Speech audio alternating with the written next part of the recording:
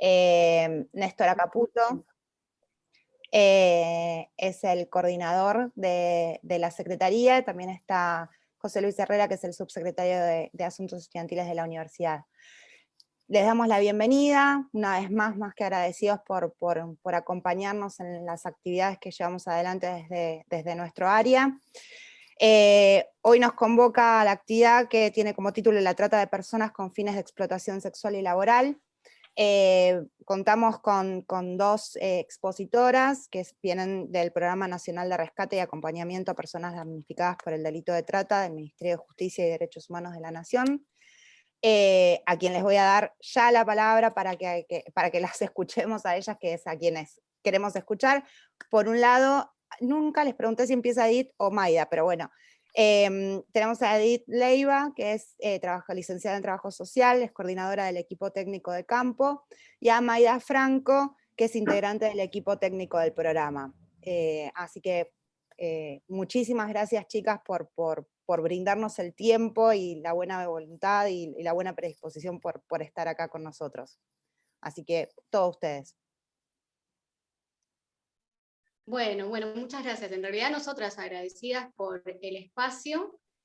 Es muy importante contar con estos espacios justamente para poder compartir sobre la temática, sobre la política pública que está destinada a prevenir, sancionar y trabajar sobre esta temática a través del programa que nosotras integramos, y para nosotros esto constituye también un elemento de poder dar a conocer, visibilizar, difundir y sensibilizar sobre esta temática. Entonces, nosotras muy agradecidas por esta oportunidad. Vamos a ir intercambiando con Maida, entre las dos, vamos a ir compartiendo esta charla, esta presentación que preparamos para ustedes. A título así general, bueno, ambas somos trabajadoras sociales, integramos, como decía Florencia, el Programa Nacional de Rescate y Acompañamiento a las Personas Damnificadas por el Delito de Trata. Este es un programa de alcance nacional, es un programa que se encuentra bajo la órbita del Ministerio de Justicia y Derechos Humanos de la Nación, que tiene su año de creación en el 2008, momento en que se sanciona la ley de trata, la primera ley de trata en nuestro país, que tiene una reforma en el año 2012. Nosotros nos proponemos como objetivo general de nuestro programa es el acompañamiento, es la asistencia integral a las víctimas de este delito, desde el momento en que toma contacto con el equipo, que es el momento de su rescate, hasta la declaración testimonial, siempre propiciando y atendiendo la integridad psicofísica de las personas víctimas y con una vista, con una proyección a la restitución de derechos de estas personas.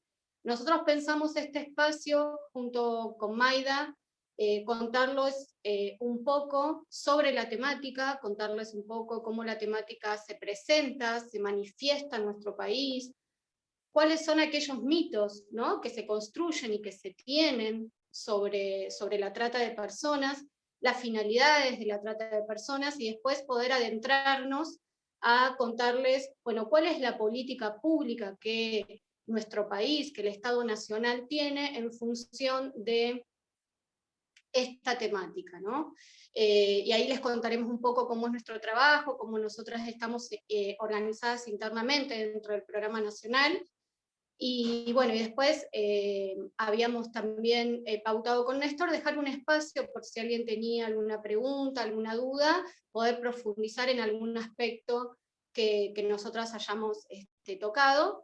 Estamos abiertas también para ese momento. Así que bueno, yo le voy a ceder ahora la palabra a Maida y vamos a ir entre las dos construyendo este camino y contándoles un poco sobre la temática.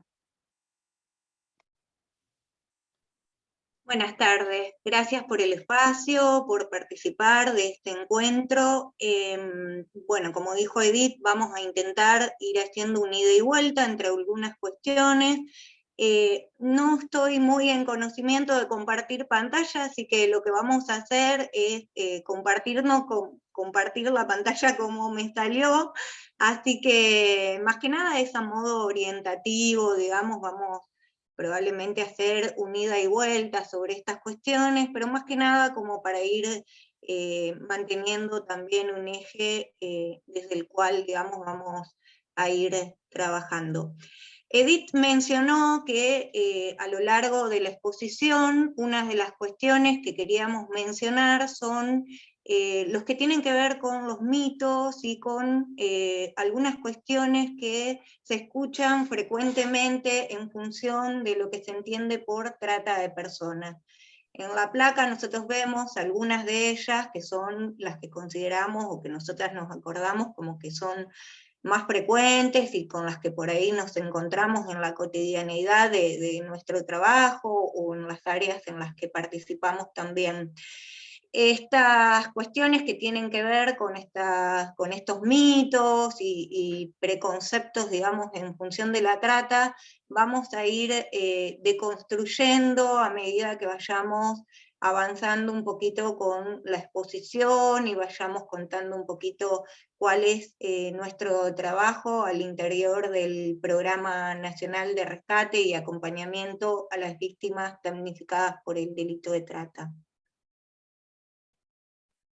Lo que a nosotros nos interesa también es como ir remarcando un poquito estas cuestiones que tienen que ver con la práctica profesional. Las dos somos trabajadoras sociales y por ahí vamos a tener una impronta, digamos, también desde nuestra disciplina, pero bueno, vamos a intentar ampliar también la exposición para otras áreas, digamos, y hacerla como un poquito más general, para que podamos participar desde distintas perspectivas, de disciplinas que estén participando y que estén, digamos, en este momento. Edith ya mencionó que la ley se crea de la 26.364 en el año 2008, que a partir de ahí también en el año 2012 hay una modificación, y bueno, y con la creación del programa de rescate, pero no nos vamos a detener mucho en esto, porque ya lo mencionamos y porque son aspectos que están también en la página del Ministerio de Justicia, donde explica, digamos, todo cómo surge, digamos, pero continuamos, si te parece, Edith, con la ley de trata de personas y explicando un poquito qué es lo que se entiende por trata de personas, cuáles son, digamos, los indicadores con los que nosotras trabajamos al interior del equipo y para identificar situaciones que, digamos, de sospecha de explotación. ¿Querés continuar, Edith?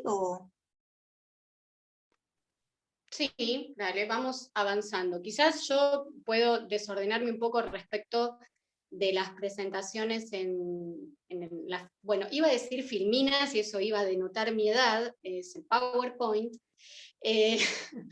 pero bueno, para empezar, una definición general, es una definición también que nuestra ley de trata es muy clara en ese sentido y define a la trata como el ofrecimiento, la captación, traslado, acogida de una o más personas con la finalidad de explotarla. Que nosotros podemos pensar dos grandes ahí ejes, así tal cual el nombre de este espacio, ¿no? Trata con fines de explotación laboral.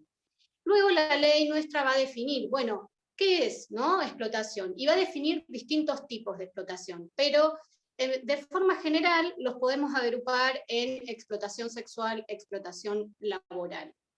Entonces tenemos que pensar que estos componentes, estos eslabones de esta cadena, estos engranajes que mencionábamos, como el ofrecimiento, la captación, el traslado o la acogida de una persona con estos fines, ¿no?, de explotarla sexual o laboralmente, dan cuenta de la complejidad que este delito tiene y cómo diferentes personas pueden tener un rol, un rol diferente en estas distintas situaciones. E incluso podemos hablar de trata con fines de explotación laboral o sexual dentro de nuestro propio país o cruzar las fronteras de esos países. Más en detalle, pensemos el ofrecimiento, la captación como esa posibilidad de atraer o reclutar a alguien, ¿no? Que esto puede ser mediante lo que es conocido como un secuestro o a través de engaño. La gran mayoría de las situaciones, o la mayoría de las situaciones con las cuales nosotros trabajamos, es la captación a través de engaño, porque este engaño se da a través de ofertas laborales que se presentan como una oportunidad para esa persona, ¿no? Porque son muy bien pagas, porque, bueno, implica que esa persona tenga una situación socioeconómica diferente, ¿no? Piensa en tener una situación socioeconómica diferente a partir de esa oferta laboral. También muchas veces implica esa oferta laboral el traslado hacia otra ciudad, hacia otra provincia o incluso hacia otro país, ¿no? O sea, para poder obtener ese supuesto trabajo deben de trasladarse. Y ahí viene el otro elemento, que es el transporte o el traslado, ¿no? Que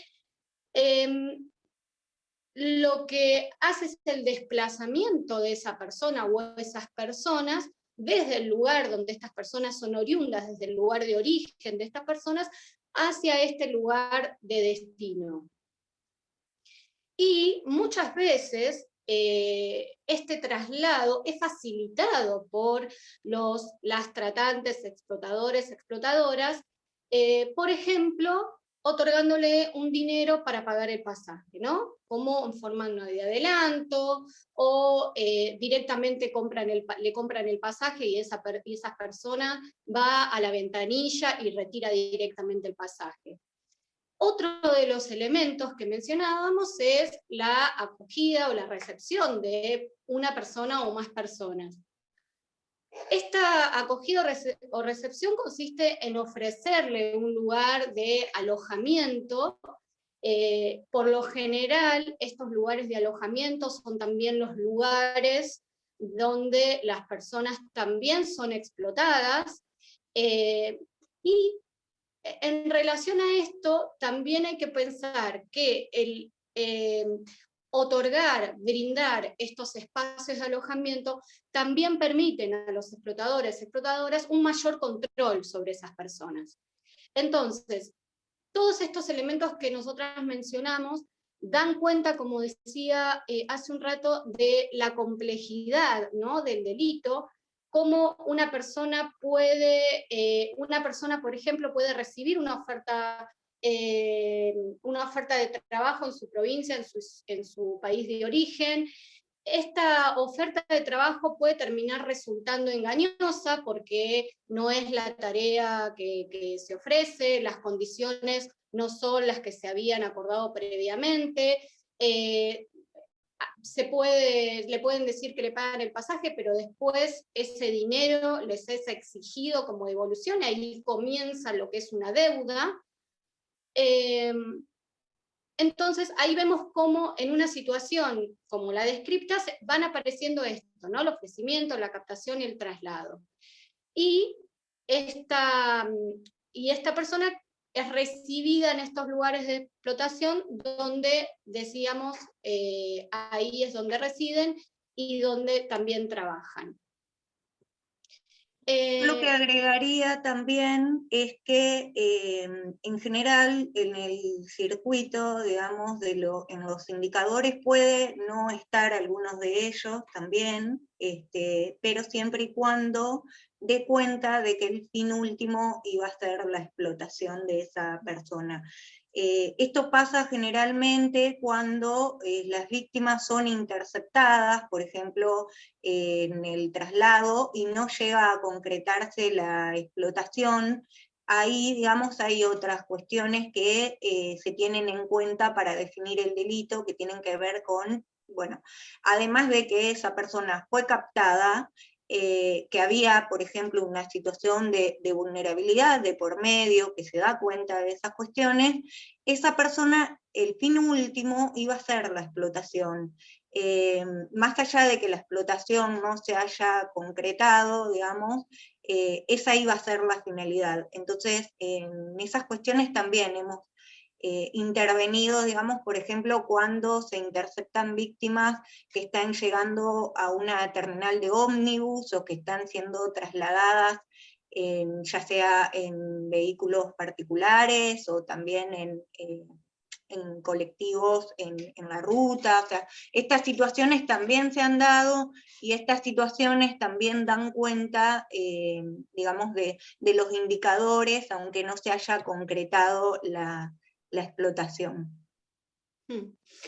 Y algo importante también en relación a lo que mencionábamos sobre este elemento de la captación, es justamente, como dice una de las placas de la presentación, es ganarse la voluntad de las personas víctimas. Y esto es a través de diferentes medios, de diferentes modalidades, ¿no? La modalidad es el engaño, y a través de, puede ser violencia, puede ser una amenaza, intimidación, la situación de vulnerabilidad, ¿sí? Estas son todas, pensamos en los medios que facilitan, ¿no?, que una persona sea captada. También muchas veces las amenazas a denunciar, por ejemplo, una persona por su condición de migrante, ¿no? Y esto genera mucho temor, porque una persona que viene de otro país desconoce la legislación argentina, desconoce cuáles son las leyes migratorias nuestras, cómo es que rigen, cómo es que funcionan. Entonces existe un temor también de esta situación, de esta condición migratoria que le dicen que es irregular, ¿no? Entonces, esos medios que se utilizan son justamente, como mencionaba la placa, para ganar la voluntad de las personas víctimas.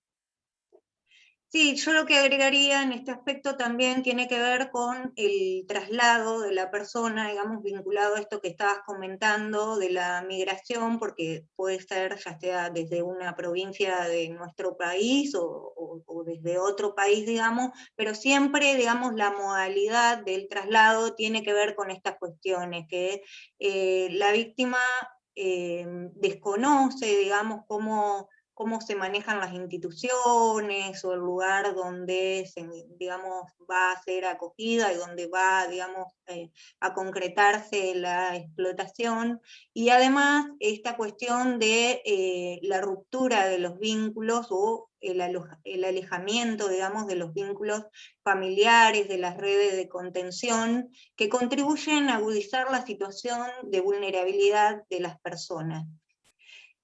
Para continuar, podemos mencionar que las finalidades de la explotación que menciona nuestra ley de trata, que habla sobre diferentes aspectos, que digamos, son los que tenemos en la placa actualmente, pero a nosotros nos interesa vincularnos más que nada, porque bueno, así armamos la capacitación, en lo que tiene que ver con la finalidad de la explotación y con fines sexuales y laborales.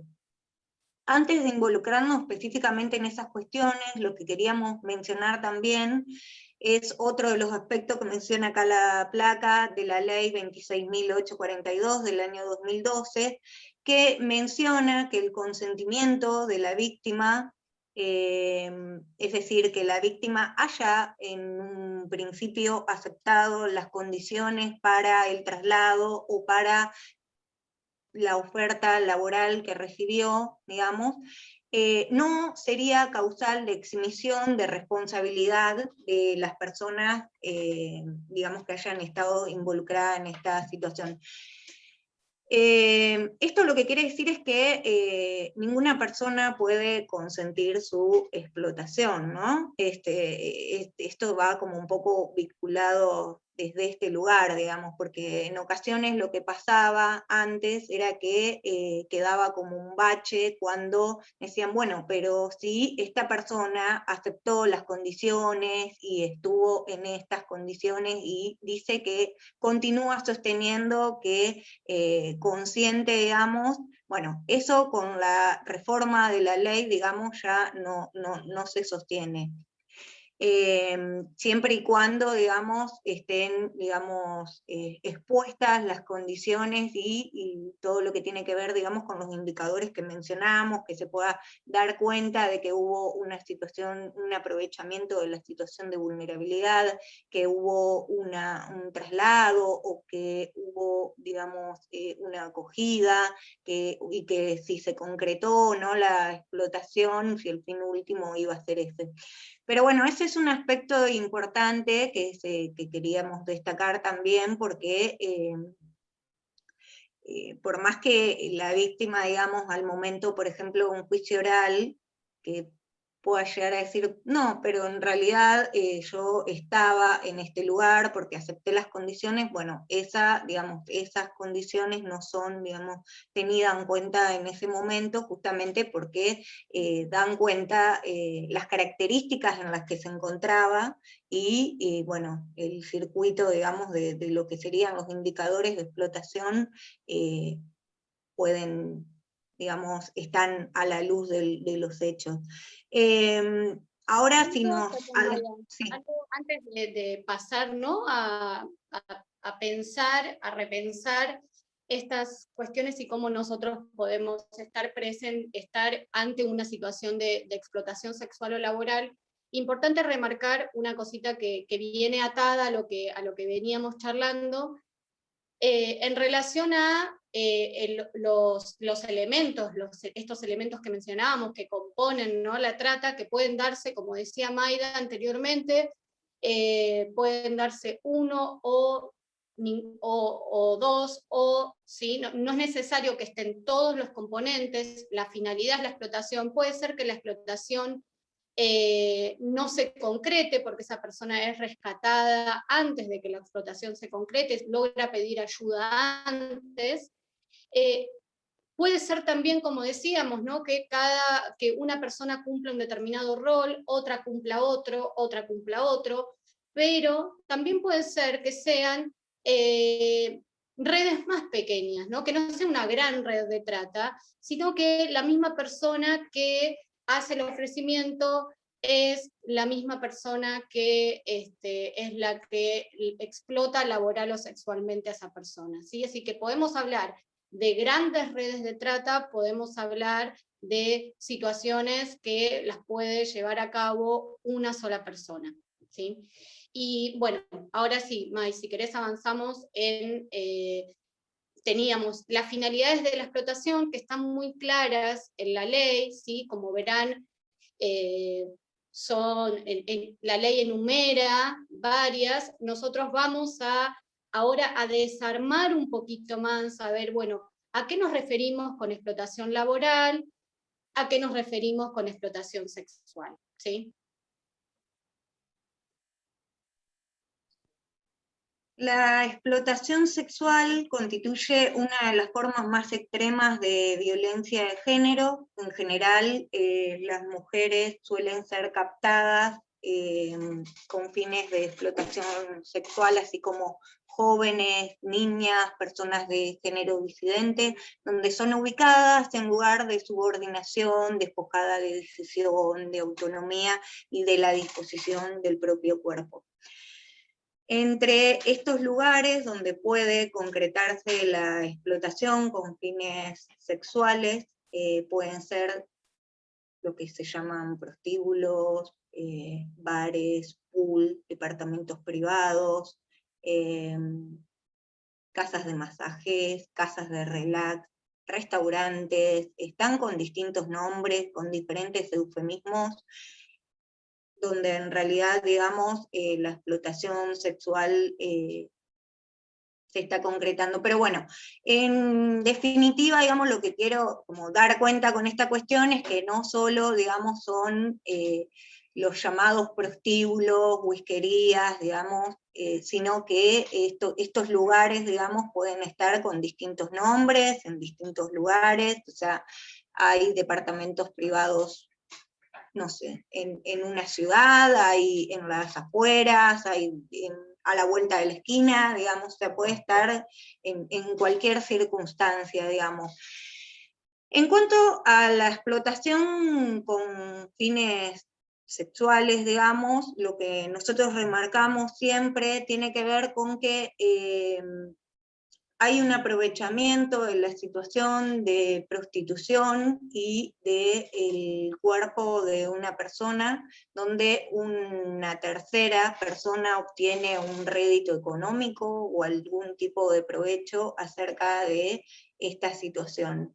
Esto, por ejemplo, es, digamos, lo podemos ver cuando digo, como ejemplo, en situaciones donde la explotación sexual se da y es, digamos, la persona que regentea, los proxenetas o las proxenetas, digamos, obtienen el dinero sobre esa explotación, donde las víctimas en ocasiones no acceden a ningún tipo de transacción económica, digamos, de esa situación, y es retenida íntegramente por proxenetas.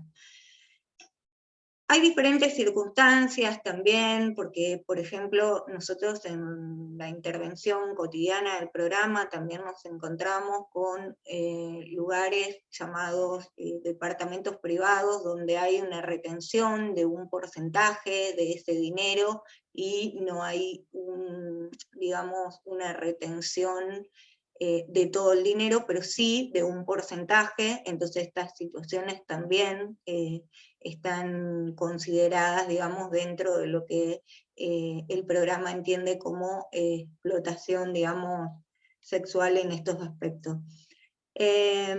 No sé, Edith, si querés agregar algo con respecto a esta situación. Yo lo que querría también mencionar, que es lo que continúa, también, digamos, que tiene que ver no solo con la explotación sexual, sino con la laboral, pero ya nos vamos adelantando un poquito, tiene que ver con cómo una persona ingresa, digamos, cómo una persona es captada, digamos, un poco lo que ya estuvo explicando Edith, pero con fines de explotación sexual o laboral, a través de los medios coercitivos, que estos pueden ser aspectos económicos, pueden ser mediante la fuerza de la amenaza, pueden ser a través del control del tiempo, del espacio, de las actividades. En cuanto a los aspectos económicos, digamos, los mecanismos de coerción pueden estar vinculados a algo de lo que ya mencionamos, que tiene que ver con sistemas de multas, que tienen que ver con la retención del dinero, a partir de, por ejemplo, del pago de pasajes, a partir del endeudamiento que se va a generar a la víctima, y a través de la fuerza o la amenaza, que puede ser digamos, no solo amenaza sobre la integridad de la persona que va a ser explotada, sino que puede ser hacia familiares, y que esa persona, digamos, esté subordinada y esté en una situación en la que están siendo amenazados también familiares, o sea, digamos, es como entendiendo en el contexto, digamos, ya puede ser como uno de los mecanismos de coerción. Para nosotros también uno de los mecanismos coercitivos más utilizados, que ya lo mencionó Edith, tanto en lo que es la explotación sexual como, digamos, la laboral, tiene que ver con el engaño. Entonces, digamos, estas situaciones, en cómo estas situaciones de engaño sobre una oferta laboral que después, digamos, no termina resultando la oferta inicial, digamos, y termina siendo una explotación, digamos, cómo se van dando estos mecanismos para que la persona continúe residiendo en el lugar de explotación, que no sé si lo mencionamos ya o no, pero en ocasiones suelen vivir en el mismo lugar donde están las personas explotadoras. Esto, entonces, lo que involucra, digamos, en los aspectos que tienen que ver con el tiempo, el espacio y las actividades, que además de estar en la situación de explotación y demás, o sea, están en el mismo lugar donde están las personas presuntas explotadoras, que mantienen el control estricto sobre la supervisión de las actividades que estas personas realizan. Un ejemplo bastante claro, y acá me estoy adelantando un poco a lo que es la trata con fines de explotación laboral, tiene que ver cuando la persona vive en el mismo lugar de trabajo, en el mismo lugar de explotación, vive en el mismo lugar donde está el lugar donde va a tener que realizar distintas actividades. Entonces, muchas veces las salidas las hacen con acompañamiento de estas personas que son las presuntas explotadoras, muchas veces las salidas las pueden realizar solas las personas, pero están, digamos, estas cuestiones que estábamos mencionando como mecanismo de coerción. Hay algo que retiene a las víctimas, que por más que tengan determinada una supuesta autonomía para poder salir o egresar del lugar donde están, digamos, siendo acogidas, hay una retención que es de tipo psicológica, que puede estar, digamos, involucrada con estas cuestiones que mencionaba anteriormente, con alguna amenaza o con alguna, digamos, restricción que tenga que ver con violencia física, ¿no? Tanto para la persona como a sus allegados, sus familiares. Entonces con esto se garantiza que la víctima va a comprar al supermercado y vuelve, o sea, bueno, un poco estas cuestiones. Está silenciada, Edith. Perdón, ahora sí. Esto, Mai, me toca una cosita antes de pasar a lo que tiene que ver más con explotación laboral, pero muy relacionado a esto último que decís es, ¿no? Respecto de estos mitos que aparecían, ¿no? Al principio, donde mencionaba, bueno, este mito de que las víctimas están encerradas, que están incomunicadas, que, bueno, que están bajo llave, ¿no? Que las víctimas tratan de pedir ayuda y van a estar gritando y pidiendo socorro en los lugares donde están. No, existen otros medios, como los que mencionaba Mike, para poder ganar esa voluntad de la víctima y que permanezca en la situación en la que está, ¿no? Nada, eso solito como para ir, a medida que avanzamos también, ir pensando también en estos mitos que se construyen, ¿no? De, bueno, si sale, es porque entonces no es víctima, y bueno, y no, y uno tiene que estar pensando más allá de eso, ¿no? Que no todas las víctimas de trata están encerradas y no se les permite salir. Bien, bueno, en la placa ahora ponemos algunas imágenes que fueron retomadas en el libro Retratadas, que se publicó como publicación del programa de rescate. Fueron imágenes tomadas por algunas de nuestras compañeras que participaron de los rescates en distintos lugares donde había explotación sexual, y los fragmentos también son utilizados del libro Retratadas.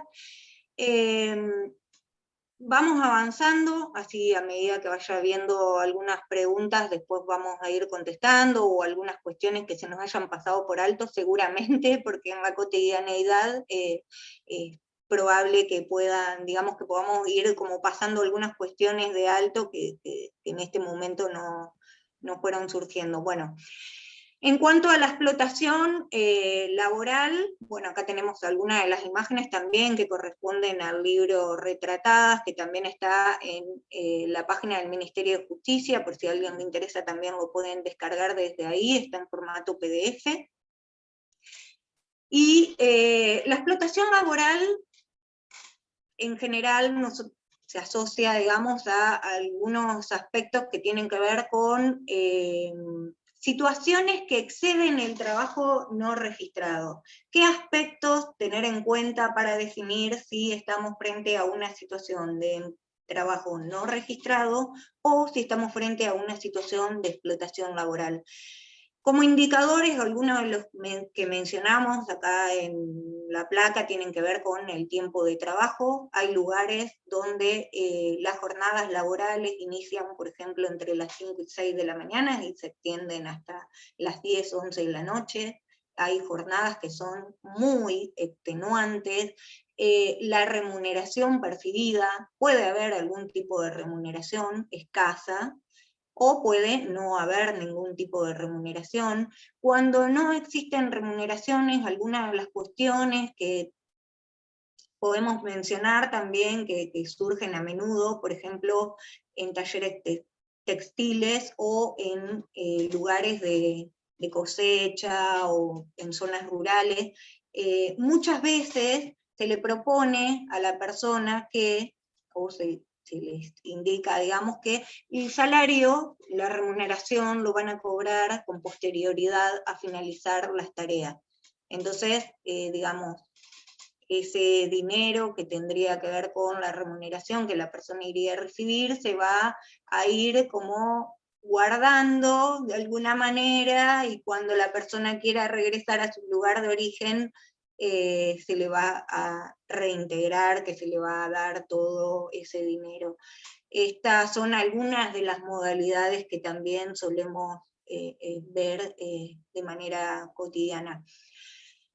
Bueno, tiene que ver con las jornadas extenuantes, con que está realizando trabajos de manera no registrada. Esto tiene que ver con la ausencia de derechos que corresponden al trabajador, a la persona trabajadora, con la ausencia de la reglamentación y de las legislaciones laborales al respecto. Tiene que ver con los indicadores del delito que ya mencionamos, que generalmente esta persona fue trasladada desde un lugar, desde una provincia o desde otro país hacia otro lugar. Tiene que ver con la pérdida de sus redes afectivas. Y en este aspecto también es importante destacar, porque muchas veces también sucede que las personas explotadoras son miembros de la familia. En este aspecto, la captación, digamos, puede darse, digamos, y ganarse a través de la confianza por ser miembros de la familia ampliada también. Muchas veces estas situaciones se da, por ahí pueden surgir en tareas laborales como verdulerías, talleres textiles que son propiedad de algún familiar. Estas situaciones a menudo también suelen ser cuestiones que se visibilizan, digamos. Los lugares de explotación diversos, pueden ser talleres textiles, puede ser una verdulería, pueden ser en tareas rurales, en ladrilleras, en aserraderos, en la cosecha, en el ganado, en la ciudad puede ser en cualquier tipo de lugar, digamos, o sea, en supermercados, en tareas domésticas, bueno, ahora no se me vienen otras a la mente, pero digamos pueden ser en cualquier tipo de ámbito laboral.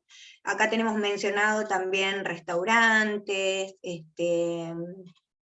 otras de las cuestiones que también, digamos, estuvimos visualizando este último tiempo y con las que hemos trabajado también tienen que ver con la captación de personas con fines de explotación laboral dentro de templos religiosos, donde los fieles son sometidos a tareas laborales que incluyen la explotación, por ejemplo, para recaudar dinero para los templos. Pero bueno, tienen estas características que estuvimos mencionando, digamos, las condiciones arduas de trabajo, la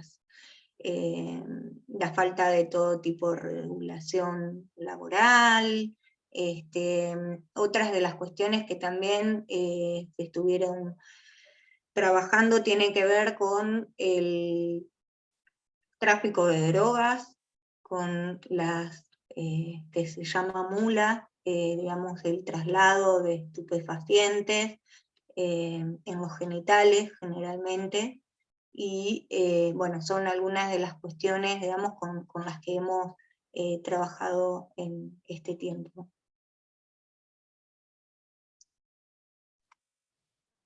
Hay un aspecto importante también a tener en cuenta, que lo fuimos mencionando por arriba y lo fuimos tocando, digamos, por distintos costados, pero no nos referimos puntualmente todavía. Y tiene que ver con cuando pensábamos en aquellas acciones como el ofrecimiento, la captación, el traslado de demás, y hablábamos también de, bueno, cuáles eran los medios, ¿no? Cómo puede darse esta situación, y mencionábamos que puede ser a través de secuestro, a través de engaño.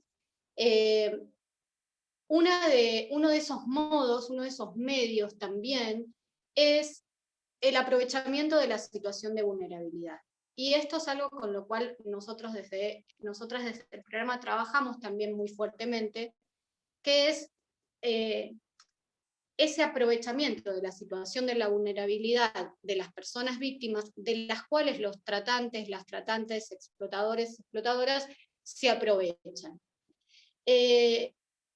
Entonces, el aprovechamiento de la situación de vulnerabilidad es uno de los medios también, constituye uno de los medios. Y bueno, por lo general se toma el concepto de vulnerabilidad de las 100 reglas de Brasilia, ¿sí? Y el concepto general es que las personas se consideran en condición de vulnerabilidad por su edad, género, su estado físico, por circunstancias sociales, económicas, culturales, ¿sí? Que no le permiten ejercer con plenitud sus derechos, ¿no? Los derechos reconocidos. Entonces, estas cuestiones pueden constituir situaciones de vulnerabilidad.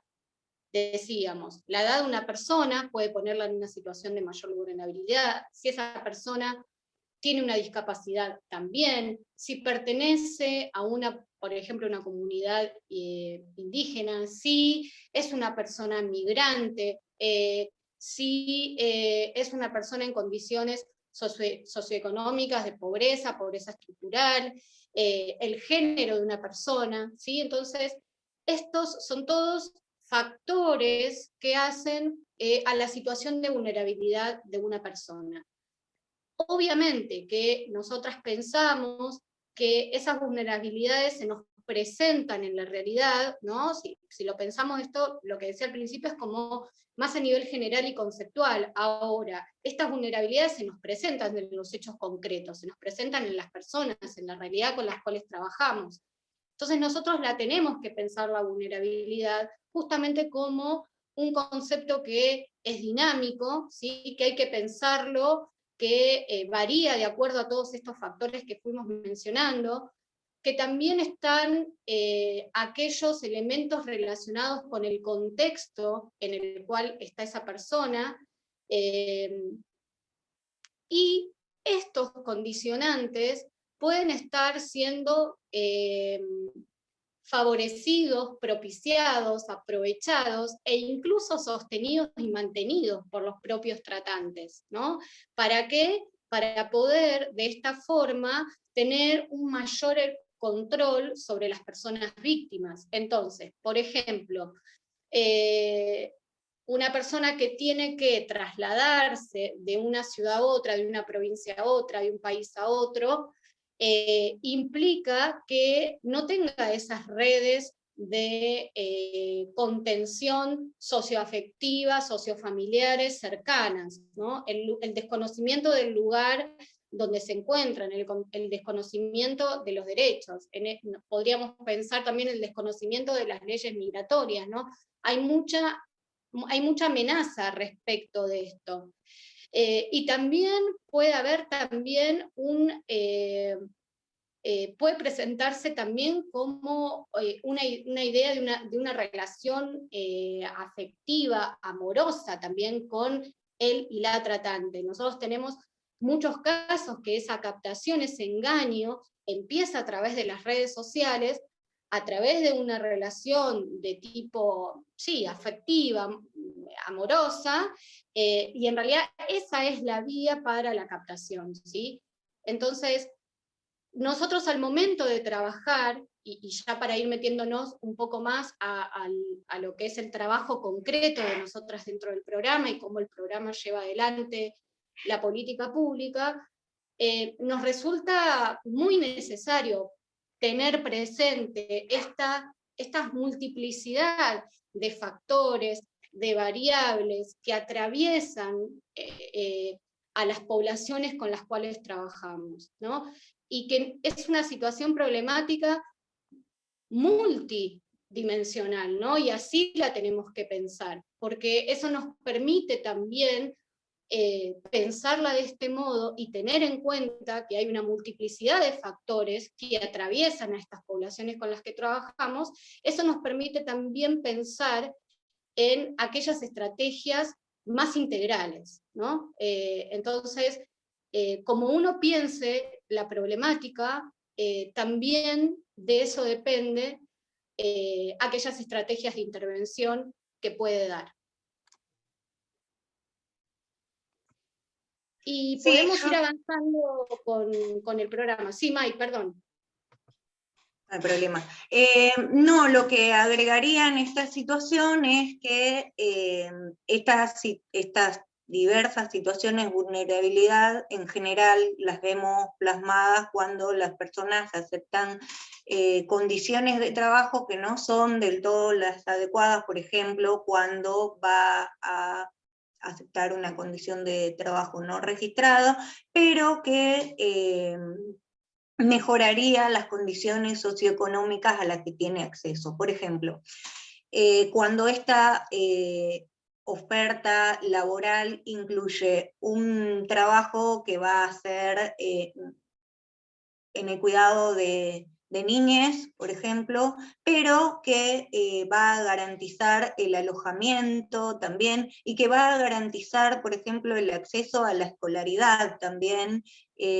Muchas de estas situaciones que tienen que ver con la vulnerabilidad también están muy vinculadas a las dificultades al acceso a la educación, al sistema educativo, digamos, son cuestiones que son tenidas en cuenta al momento, digamos, de visibilizar como estas cuestiones de vulnerabilidad, digamos, que presenta la víctima en ese momento. Y en ocasiones también hemos visto situaciones donde media la relación amorosa para, por ejemplo, la situación de mendicidad, o, por ejemplo, para la explotación sexual también. En estas circunstancias también hemos visto como en varias situaciones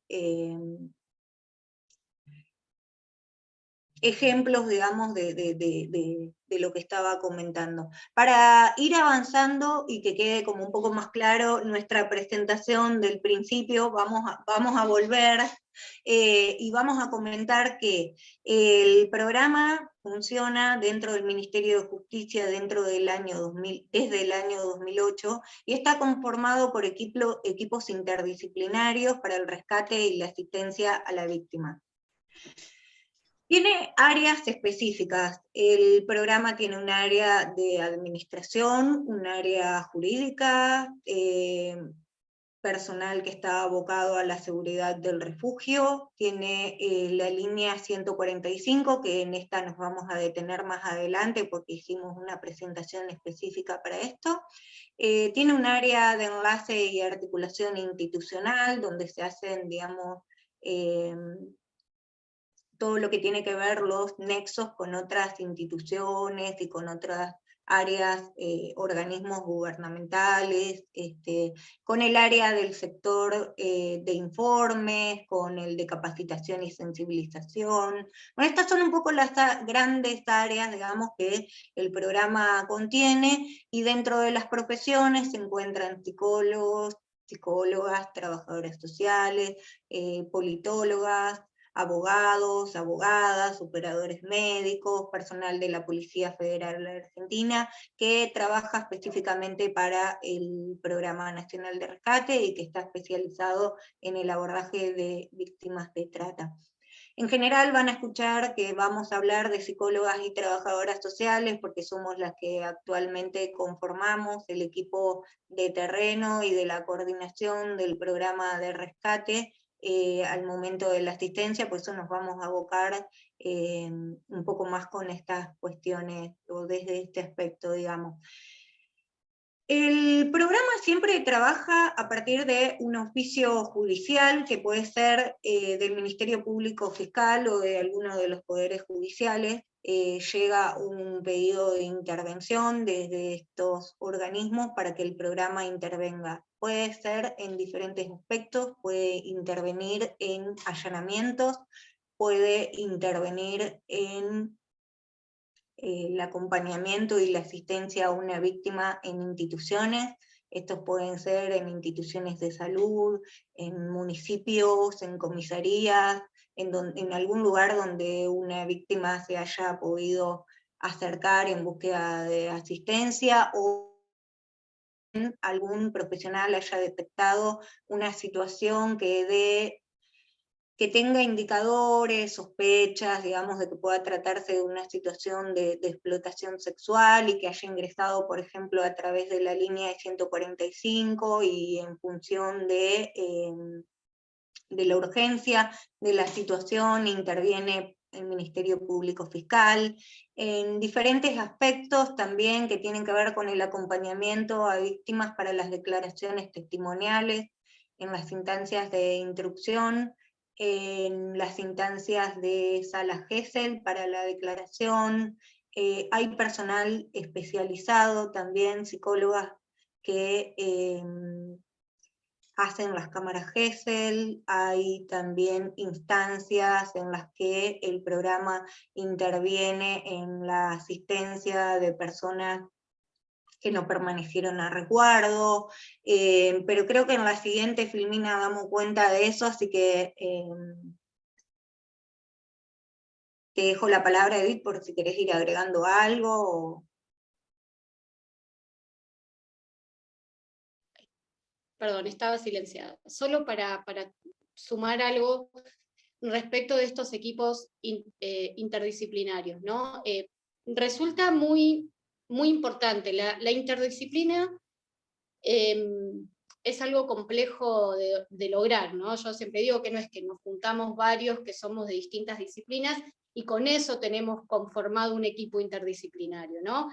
La interdisciplina, una conoce que va más allá de nos juntamos la trabajadora social, la psicóloga, la abogada, y somos un equipo interdisciplinario.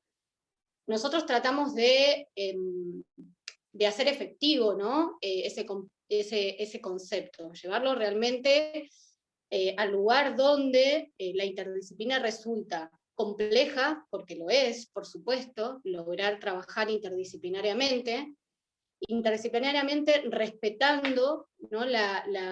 Respetando por un lado la expertise y la formación, ¿no? de cada una de las disciplinas que conformamos los distintos equipos del programa, porque como decía Maida, es un equipo conformado, digamos, por distintas áreas que necesitamos sí o sí estar articuladas permanentemente y en comunicación permanente. Pero para nosotros sí es muy importante la interdisciplina, y trabajamos en función de fortalecer ese aspecto, porque es un aspecto que resulta muy importante para la intervención. Este enfoque interdisciplinario es preciso para que nosotros podamos vislumbrar, para que podamos entender, para que podamos hacer una comprensión de aquellos factores de los que hablamos antes, ¿no? De los factores que llevaron a una persona, que incidieron para que una persona se encuentre en la situación en la que está. Y tener en cuenta esto para también la interdisciplina nos va a permitir también pensar aquellas estrategias que son más pertinentes en cada caso, ¿no? Entonces, intentamos esto, que cada una pueda aportar desde su lugar para construir entre todas esa situación, entre todas las disciplinas que estamos interviniendo en una situación, y poder pensar las estrategias más apropiadas en cada caso. Y de hecho también, en la medida de lo posible, nuestro programa trabaja en la inmediatez, ¿no? Es un programa que trabaja las 24 horas del día, los 365 días del año. Hay un esquema de guardias elaborado para que todos los días, todas las horas estén cubiertas, porque muchas veces hay allanamientos e intervenciones programadas, y otras, los allanamientos surgen en el momento, entonces se trabaja mucho también sobre la inmediatez, y en la medida de lo posible también hay un esfuerzo por poder pensar, ¿no?, esas intervenciones.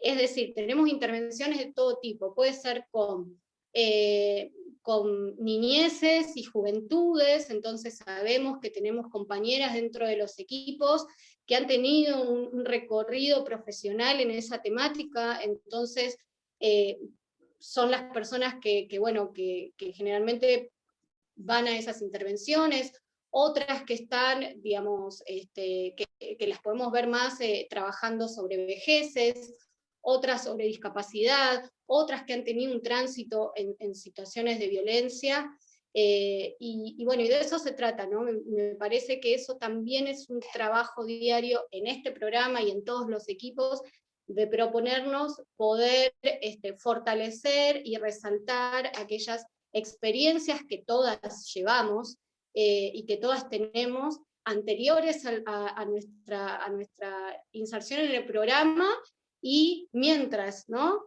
también, porque hay otras compañeras que se han especializado y que continúan sus caminos académicos y profesionales por otro lado. Entonces esto es también un labor que es un esfuerzo también de parte del equipo en las distintas áreas que el programa tiene. Yo con esto no quiero decir que todo es color de rosas y maravilloso, sino lo que quiero decir justamente que ese es nuestro horizonte de trabajo, que es costoso, por supuesto, pero bueno, me parece que ahí también apunta lo que cada una pueda aportar desde el lugar que está a una política pública que está destinada a la restitución de derechos de las personas víctimas de este delito, ¿no? Sí, yo agregaría que cuando se delinea, digamos, la intervención, siempre es en función de la información que el juzgado aporta con respecto a la causa que, digamos, en la que se va a intervenir. Hay situaciones en las que hay un poco más de información sobre cuál va a ser la situación más o menos con la que nos vamos a encontrar, entonces en función de eso, lo que el equipo de coordinación, y esto lo puede por ahí explicar mejor Edith, tienen en cuenta al momento de, no solo de conformar los equipos para saber con qué temáticas va a estar atravesada la situación de explotación, sino que también qué profesionales es necesario que concurran. En general, a los allanamientos suelen asistir profesionales de trabajo social y de psicología, junto con el personal de la Policía Federal Argentina correspondiente al programa nuestro. Pero hay ocasiones en las que si hubo algún tipo de información previa, era necesario o se evaluó que era necesario que asista algún profesional del área del derecho, que asista a algunos de los profesionales del área de la medicina, estas, digamos, funciones en cuanto a los profesionales que asisten a las intervenciones, digamos, en ocasiones puede concretarse con la información existente sobre la causa, y en ocasiones no, porque también, como trabajamos en la inmediatez, por ejemplo, si un procedimiento surge de un momento para el otro, probablemente no haya mucha información en la causa, entonces no vamos a tener acceso a saber con qué situación nos vamos a encontrar, con cuántas personas va a haber adentro de un taller textil, por ejemplo, y quizás van 2 profesionales cuando sería necesario que vayan más, ¿no? Pero bueno, esas situaciones se van delineando en el momento, digamos, y en función de lo que va surgiendo. Ha habido situaciones también donde la coordinación estableció que era necesario, por ejemplo, asistir a un refuerzo de profesionales, digamos. Es como que en la inmediatez también, y en función de la situación y de la intervención con la que tenemos que trabajar, se van delineando las estrategias para ir resolviendo, digamos, ir dando cuenta de estas cuestiones de la mejor manera posible. Ahora me voy a detener un poquito, sí. Algo que me olvidé que nos pasamos por alto decir, y yo sé que las preguntas vienen después, pero no pude evitar leer una pregunta que ahí apareció respecto de si el programa tenía un alcance en todo el país, y como esto se hacía, nosotros no lo mencionamos, es un programa que trabaja en todo el territorio nacional, y para el abordaje en todo el territorio nacional hay distintas oficinas regionales en distintos puntos del país. Tenemos en Entre Ríos, La Pampa, en la zona patagónica, Mendoza, Santa Fe, Mar del Plata, y junto con OIM en zona de frontera de la provincia de Salta y Misiones. En cada uno de estos puntos geográficos que mencionamos hay un equipo del programa. Cuando es necesario, el equipo de Buenos Aires viaja a los distintos puntos a hacer apoyo si es que se necesita, y así, junto con el equipo de Buenos Aires, que es bastante amplio, y el resto de las compañeras que integran los equipos de las oficinas regionales, se puede hacer una cobertura a nivel nacional.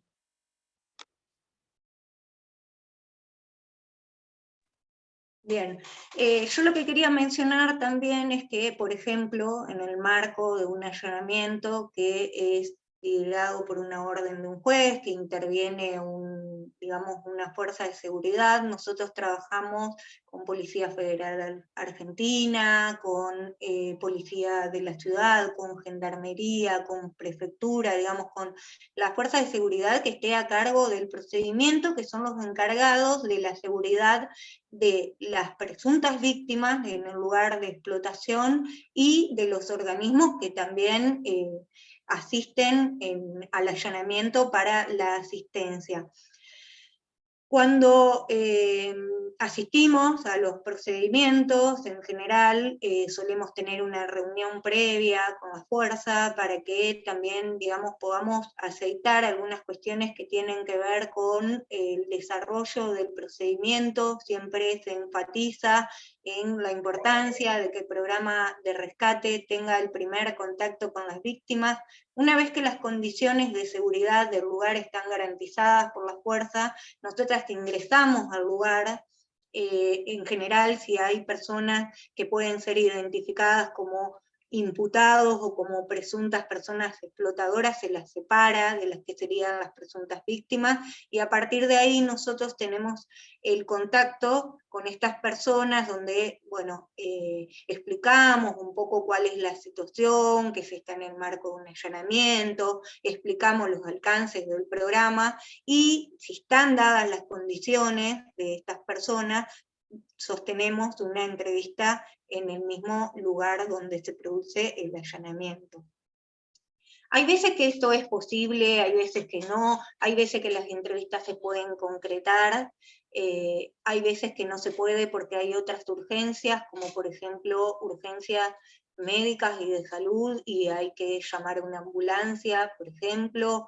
Hay otras situaciones en las que las víctimas pueden estar muy nerviosas, que pueden estar en algún tipo de situación en la que no permita o no sea, digamos, prudente sostener una entrevista, que conviene, digamos, otro tipo de asistencia, que a lo mejor el acompañamiento, o digamos, intentar abordar la situación en ese momento resulta ser lo más apropiado. Pero si las condiciones están dadas al momento del allanamiento, cuando tenemos el contacto con las presuntas víctimas, procedemos a hacer una entrevista.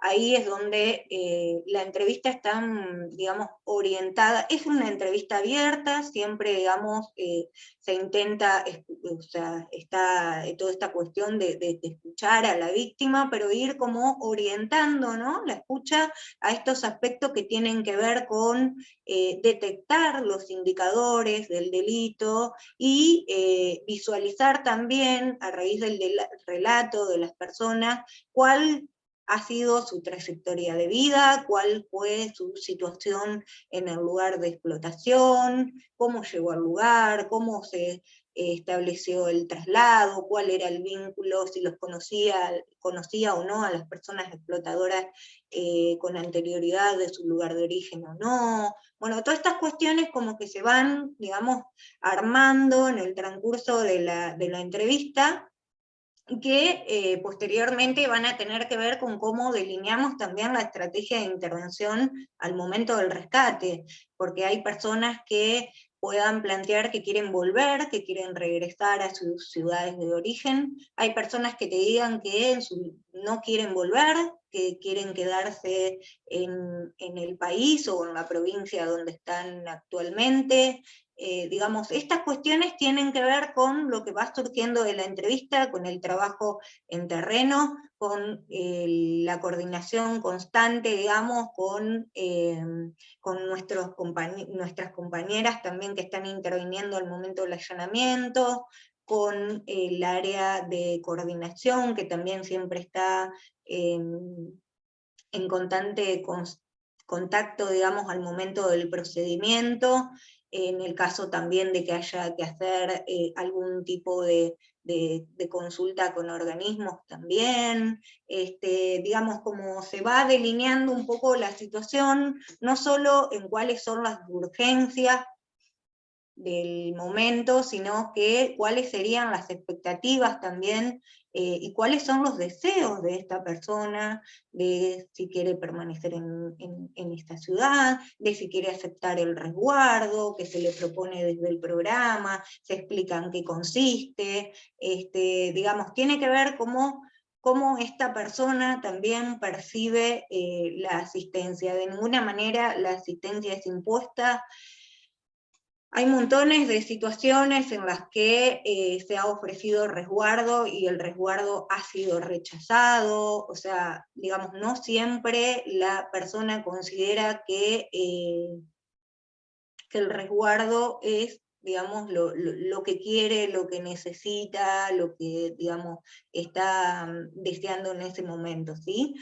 Hay distintas situaciones, hay veces en las que las personas también, al momento del rescate, manifiestan que puedan llegar a tener algún familiar en el mismo lugar, también de origen, entonces quizás se pueda hacer algún tipo de vinculación, también al momento del rescate, digamos, siempre va a tener que ver con cuál sea el relato de la persona, cuáles sean sus deseos, sus aspiraciones, y en función de eso, de los recursos y de las posibilidades en ese momento, se va a delinear, digamos, la estrategia de intervención, junto con la coordinación, que generalmente está al teléfono también y expectante de cómo se va dando la situación en los lugares cuando están siendo, digamos, allanamiento principalmente. Y otra de las cuestiones que quería remarcar también, que tiene que ver con que nosotros somos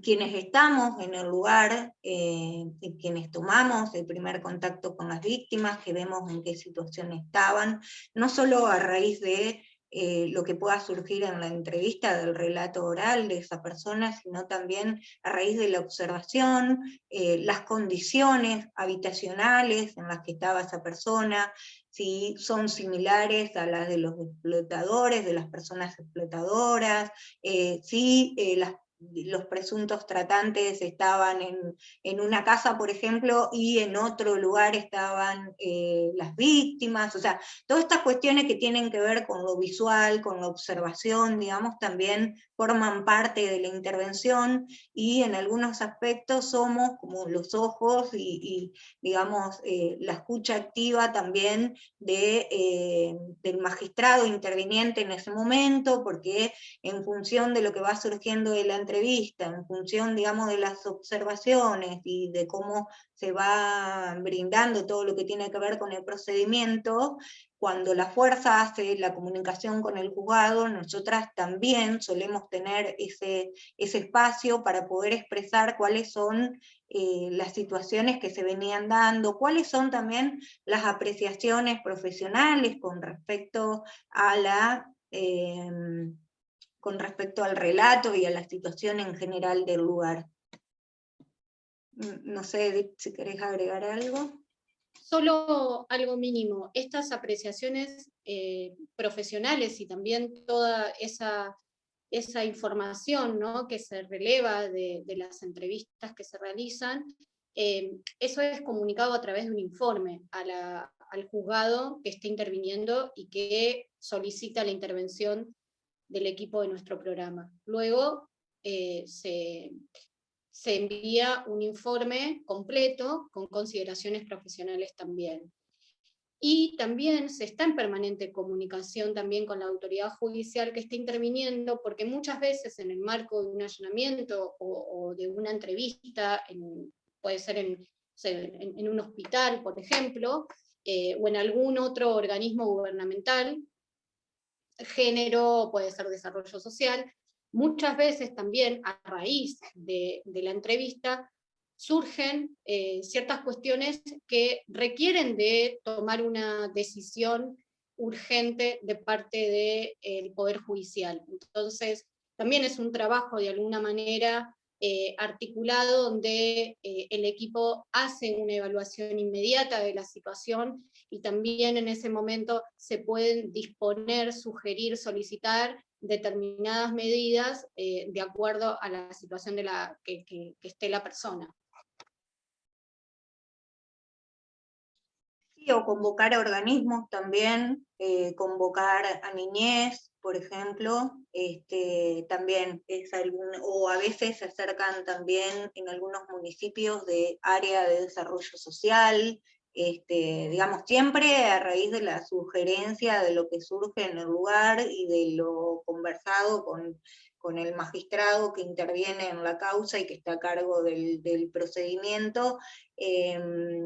Más allá de que después el área institucional y de enlace, digamos, haga algún tipo de derivación o algún tipo de nexo con estas áreas, puede surgir también, digamos, en cada lugar es diferente, en eso es así, nunca sabemos con qué nos vamos a encontrar, siempre hay que apelar a la creatividad. Siempre estamos trabajando, como mencionó Edith, en equipo, porque es una temática muy compleja, desde una disciplina, digamos, inabarcable, y siempre necesitamos estar con otros para poder pensar las intervenciones. Hay intervenciones que resultan muy complejas, que tenemos que pensarlas entre todas, que tenemos que charlarla con el juzgado, hay intervenciones que pueden, digamos, demorar 1 hora, 2 horas, 3 horas, hay intervenciones que han durado un día entero, digamos, eso siempre depende de las condiciones en las que nos encontremos, digamos, de lo que surja en el lugar. Así que bueno, en general es como un trabajo, digamos, que se va interviniendo en el momento, ha pasado en situaciones que hemos asistido a, por ejemplo, a un taller textil donde nos dijeron que probablemente había 5 personas que podrían estar siendo explotadas laboralmente, y cuando llegamos al lugar eran 50. Esas situaciones son bastante frecuentes también, que complejizan un poco el armado de la intervención, pero bueno, son cosas impredecibles que no están a nuestro alcance y que se van resolviendo, digamos, también con la coordinación, digamos, para poder ir abordando estas cuestiones. Después, con lo que tiene que ver con la asistencia post-rescate, un poco ya fuimos mencionando estas cuestiones, que está el ofrecimiento del refugio, con el que el programa cuenta. Ha habido ocasiones también donde el alojamiento se brindó en hoteles, ha habido ocasiones donde el alojamiento fue brindado por organismos locales, por puntos, perdón, no me sale la palabra, puntos focales. Ha pasado también en intervenciones donde se han hecho muy extensas, que las personas tienen que continuar en ese lugar, entonces se les debe proveer también de lo que es alimentos, o sea, en cuanto al resguardo también se garantizan las condiciones de vestimenta, la custodia policial en ese momento, o en el caso, por ejemplo, de que la persona quede en un inmueble o en un domicilio particular con una custodia que haya, digamos, que haya ordenado la justicia, también muchas veces se acerca al programa para proveer, digamos, de lo que tiene que ver con la alimentación, con, digamos, con la vestimenta. Esto tiene que ver en función, como decía, de la intervención específica de las personas con las que estemos interviniendo, de la situación en particular por la que la persona atravesó, digamos.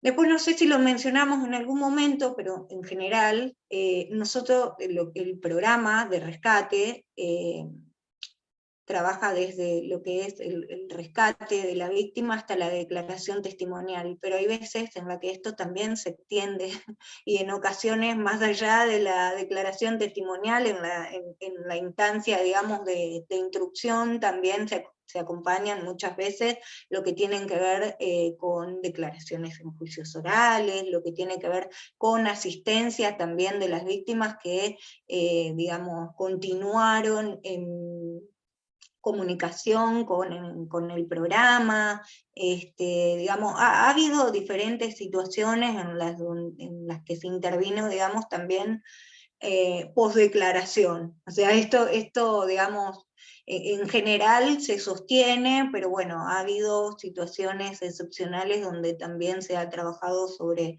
estas cuestiones.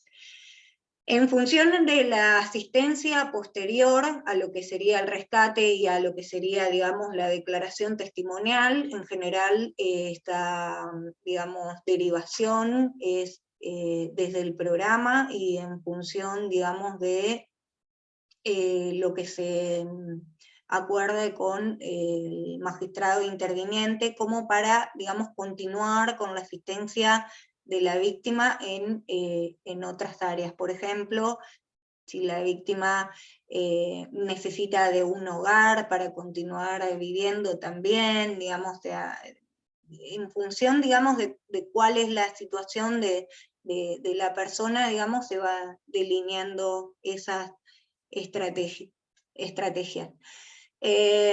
Bueno, en cuanto a los derechos de las víctimas, acá, bueno, ya un poco lo que estuvimos mencionando, la atención médica, bueno, si quiere retornar o no al lugar de origen, si quiere permanecer en un lugar donde se hallaba, a la seguridad, a la protección, el personal policial de Policía Federal que trabaja para el programa de rescate, en el momento del allanamiento también es custodia, ¿no?, de las profesionales que asisten y de las víctimas, también son seguridad del refugio, del programa.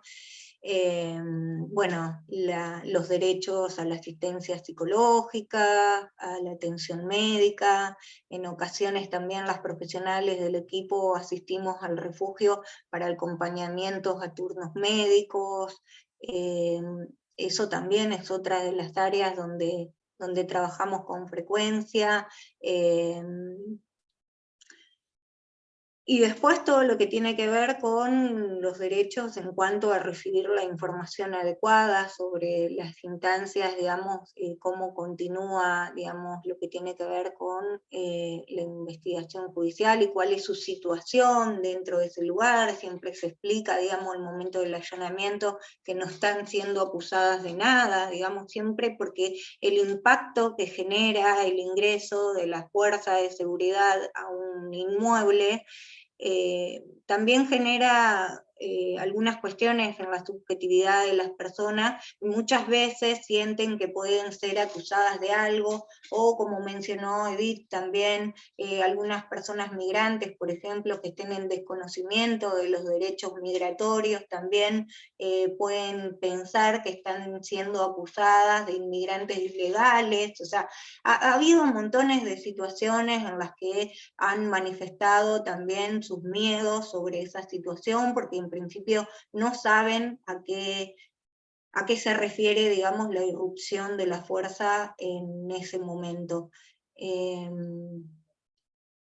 No sé si querés agregar algo. Sí, algo más también cuando se avanza un poco, ¿no?, en esto que decía May, al momento del rescate quizás hay necesidades que son más urgentes, y después empiezan a aparecer, digamos, otras cuestiones, ¿no?, que tienen que ver más con empezar a pensar un proyecto de vida de esa persona.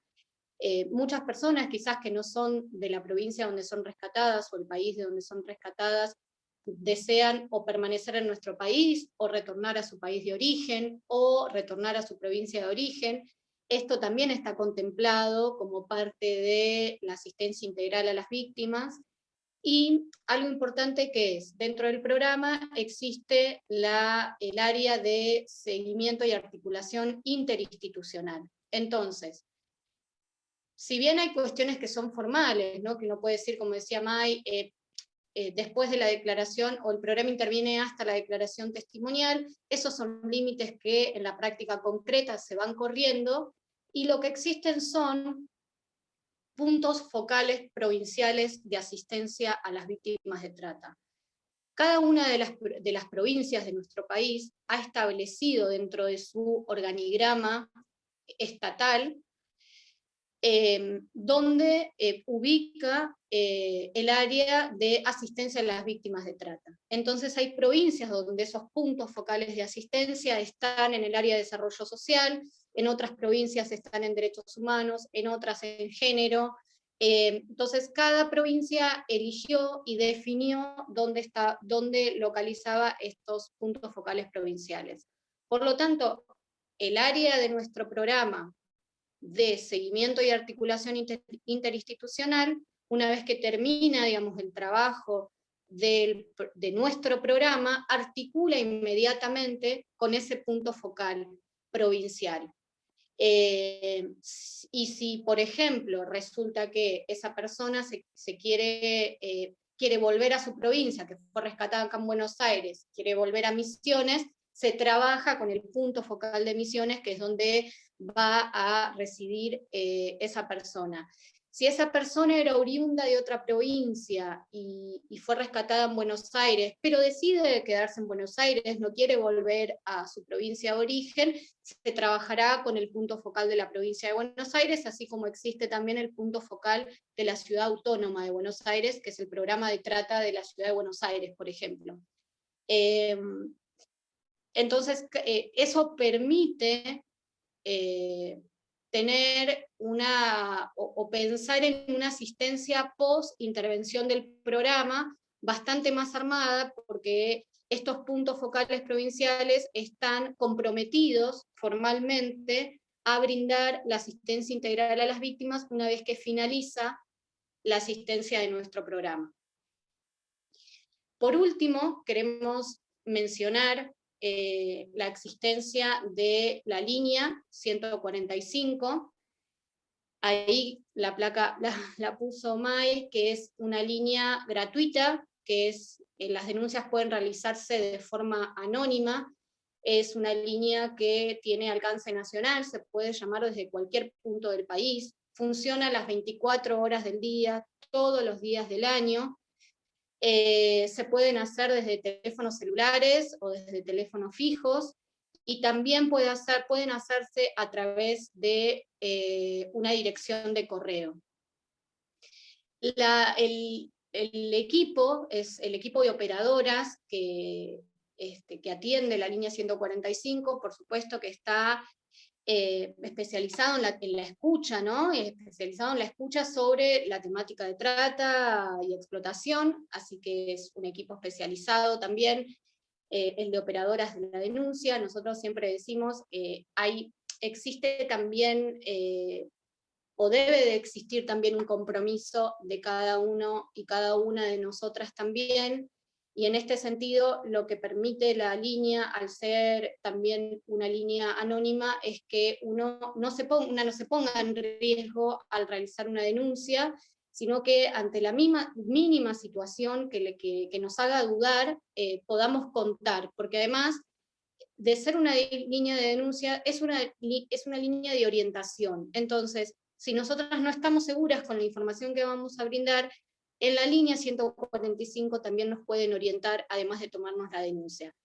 La línea es una vía también de ingreso de denuncias, y muchas de las intervenciones que nosotros tenemos se originan en una denuncia de la ciudadanía o de las propias víctimas a la 145. Entonces, es una parte muy importante de nuestro programa, es muy importante también para la población esta línea, y para ir cerrando, por lo menos yo, después le voy a dejar el lugar a May, así también dejamos un espacio para que, vi que había algunas preguntas escritas, pero si alguien quiere hacer alguna pregunta más, así contestamos todo lo que haya quedado como duda. Nosotras siempre al cierre de estos espacios también nos gusta remarcar que la trata pensarla como una problemática de tipo histórica, de una problemática social, que entendemos que por supuesto requiere que el Estado actúe, ¿no? Y que el Estado potencie las políticas públicas destinadas a la prevención, la sanción y la asistencia de las víctimas, ¿no? De las personas víctimas. Pero, como decía, también es un compromiso de cada uno y cada una de nosotras también, y que también nos lleva a repensar muchas veces nuestras prácticas sociales que están naturalizadas, ¿no? Nuestras representaciones sociales, nuestros marcos de referencia, y creemos que es importante en estos espacios pensarla así también, ¿no? Más allá de que no la veamos tan lejana como algo que le pasa a otros, a otras, sino también repensar desde nuestras prácticas cómo podemos, ¿no? Poner nuestro aporte a esto. Entonces, y por supuesto que, como decíamos al comienzo también, estos espacios también son espacios que permiten justamente que hacer conocer sobre la temática, hacer conocer sobre la política pública, dar a conocer que existe un espacio de denuncia directo y que eso puede ser anónimo, también es sumamente importante, ¿no? Como que los canales de comunicación y visibilización están abiertos para que eso suceda, ¿no? Y repensar la temática desde este lugar, ¿no? Como, no solamente como un programa del Estado, sino también como una problemática social, histórica, situada, y que la tenemos que también contextualizar en cada momento, y pensarla también con nuestros propios marcos de referencia. Yo no agregaría mucho más, así ya vamos pasando a la parte de preguntas para ir respondiendo a lo que haya, digamos, en el chat, que todavía no estuve pudiendo ver porque estoy compartiendo pantalla, entonces no tengo acceso. Yo lo que quería agregar en cuanto a la línea 145, que muchas veces también brinda asesoramiento sobre algunas cuestiones, digamos, donde se presume, digamos, hay sospecha de que puede haber alguna situación de explotación de personas también. Ha pasado en situaciones que profesionales, por ejemplo, del ámbito de la salud, llamaron y comentaron que asistió una paciente al hospital que mencionó determinadas situaciones que le hacen pensar que podría tratarse de una víctima de trata, y digamos, llaman también solicitando algún tipo de asesoramiento sobre cómo, digamos, interactuar con estas cuestiones, digamos, que en general terminan siendo denuncias a la línea 145. Yo no me detengo más en esto, quiero agradecerles por la permanencia, por la escucha, y bueno, dejo de compartir pantalla y damos lugar Dale, a Mike. las preguntas que vayan surgiendo.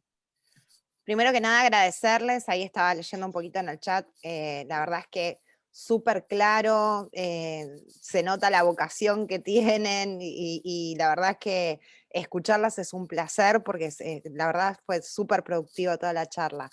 Vi igual que les estaban como allanando el camino y estaban contestando por ahí, así que vamos a algunas preguntas. No sé, Nay, si vos... Dani estuvo respondiendo. Sí, justo estaba, hay una consulta, pero a ver si después ya la paso. Es cuando se resguarda... Yo hago aclaraciones técnicas para dejar que las chicas respondan las respuestas, las preguntas que se hicieron puntuales. Están pidiendo todos el power que pasaron, así que los vamos a estar enviando seguramente, y la grabación seguramente entre mañana y pasado ya va a poder estar en el canal de YouTube para que puedan acceder. Nada, eso a nivel general. Pero sí, disculpan, es que te reinterrumpí. No, está bien, justo lo mismo sobre la grabación, yo le había respondido en el chat. La pregunta es, cuando se resguardan a las personas que son extranjeras, ¿se las restituyen al país de origen o permanecen en el país luego de ser rescatadas? Fueron respondiendo a algunos puntos o algún ítem, pero por ahí quieren aclararlo nuevamente. Esa es una pregunta. Y algo estuvimos conversando sobre eso. Perdón, ¿respondo o...? Sí, y después Sí. si quieren les hago... varias preguntas fue respondiendo Daniela, y en ese sentido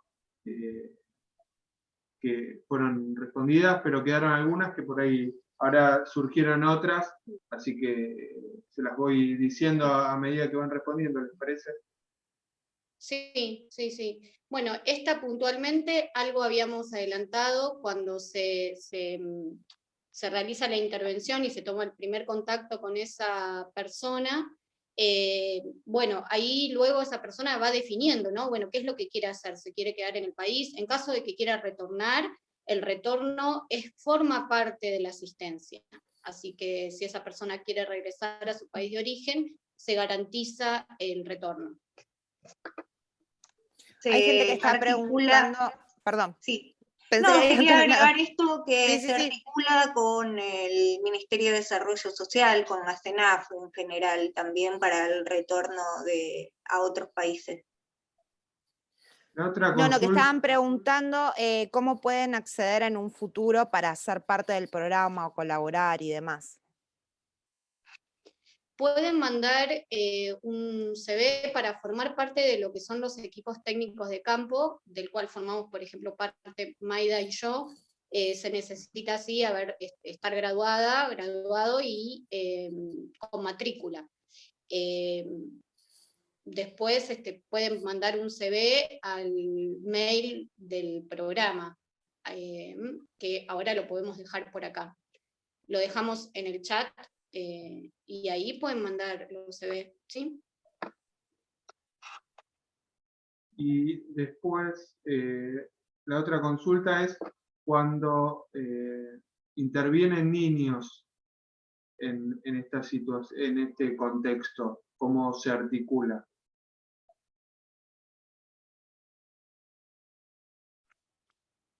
Cuando hay niños, jóvenes, menores de edad, víctimas, por lo general el primer organismo de referencia en niñez son los servicios locales en la provincia de Buenos Aires, locales zonales, se trabaja muy en coordinación con los organismos de niñez en ese caso.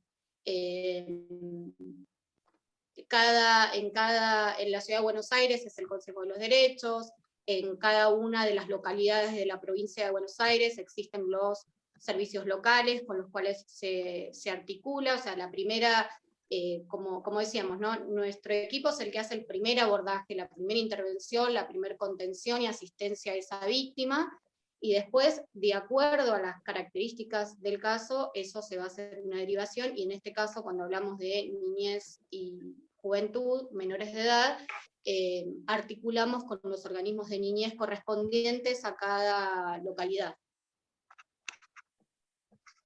Yo agregaría también que cuando la persona está en situación de explotación y tiene hijos a cargo, hijas a cargo que están en el lugar también, la asistencia se hace extensiva a todo el grupo familiar que puede, digamos, quedar a resguardo del Programa Nacional de Rescate y ingresar al refugio también. Pero bueno, en las situaciones en las que son las niñas o jóvenes, digamos, explotados, con fines de explotación sexual o laboral, bueno, es esa otra vía que mencionó Edith, pero si no, si las niñas están, digamos, con su grupo familiar, digamos, se hace extensiva también el resguardo y asisten todo el grupo familiar al resguardo del programa. Después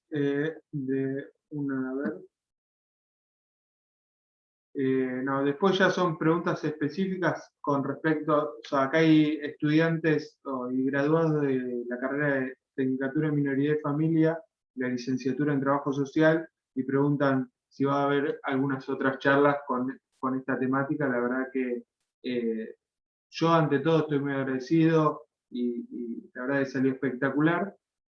Ya no hay preguntas, Daniela estuvo respondiendo así, y las preguntas que surgían, ustedes a medida que avanzaban la capacitación, las iban resolviendo. Así que... Creo que de ansiosos iban preguntando y ustedes en la presentación iban respondiéndoles sin verlo. Pero sí, la verdad es que coincido con Néstor, que era lo que les decía recién, y que todos están agradeciendo en el chat. La verdad, súper productivo, no es... Por ahí en la Facu es un tema que no vemos con profundidad y que se necesita ser parte, se necesita involucrarse. Y bueno, así que nada, más que contentos de tenerlos acá. La verdad que súper agradecida. Bueno, nosotras lo estamos, y estamos abiertas a si surgen nuevas convocatorias, sin dudas. lo que fuera.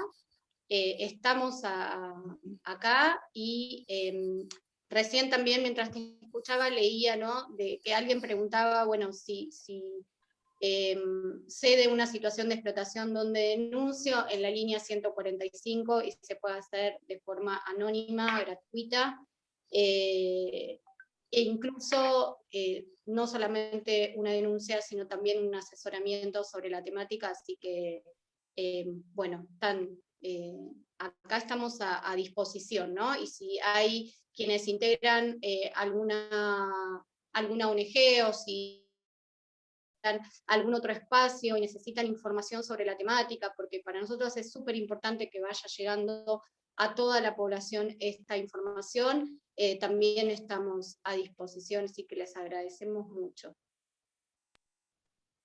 Bueno, coincido con Edith, te agradezco el espacio y la oportunidad para poder participar con ustedes y bueno, ir construyendo un poco cuál es nuestro trabajo al interior del programa. Por ahí nos detuvimos un poco en nuestras experiencias particulares, que es lo que nos suele pasar con Edith, que nos detenemos en esas cuestiones a veces, pero bueno, nada, para esto están las instancias de consultas y bueno, no sé si hay algunas otras consultas o no. No sé, Nes, si se hizo, no estaba mirando el chat, no sé si hay alguna... Después consultan para contactar, cómo las pueden contactar. Lo que estimo es el mail del programa, se pueden contactar por esa vía. Sí, Dani lo dejó escrito, programarescate@jus.gov.ar. A través Sí, de... Andrea está pidiendo información teórica, o por dónde puede conseguir, o qué medios que sugieren, donde quizás puedan abordar un poquito más el tema, profundizar. A todos los inscriptos, el PowerPoint que ustedes pasaron a lo largo de la jornada, los vamos a estar enviando por mail a cada uno para que lo tengan, para poder utilizarlo, para poder leerlo con tranquilidad. Así que en ese sentido, con respecto al PowerPoint, se lo enviaremos por mail. Después, si ustedes quieren recomendar más información teórica, Se los pasamos a ustedes también. perfecto. Si hay más información teórica, me lo envían y se los vuelvo a reenviar a todos. Claro, y reenviamos todo. Perfecto. Exacto, yo agrego que también en la página del Ministerio de Derechos Humanos de la Nación también están los links con los PDF para descargar del libro Retratadas, que es de los que habíamos anexado las imágenes, que bueno, que ese fue también un libro que se confeccionó íntegramente desde el programa de rescate, y otras presentaciones en libros que también están en PDF, así que desde ahí también pueden acceder a material, o bueno, también por el mail entiendo que podrían, digamos, canalizar alguna otra duda que tengan con respecto a bibliografía teórica. Fantástico.